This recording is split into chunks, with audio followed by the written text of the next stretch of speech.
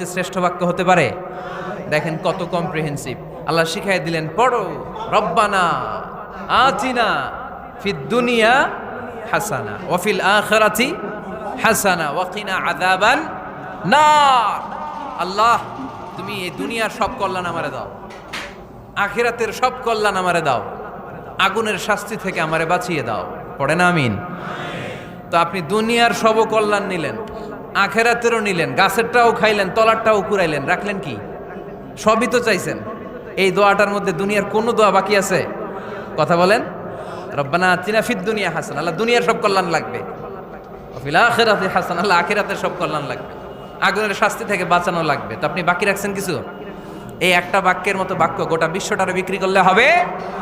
এজন্য কোরআনের দোয়াগুলো আমরা বেশি বেশি পড়বো ইনশাআল্লাহ। পড়েন। দোয়া করার কিছু আদব আছে।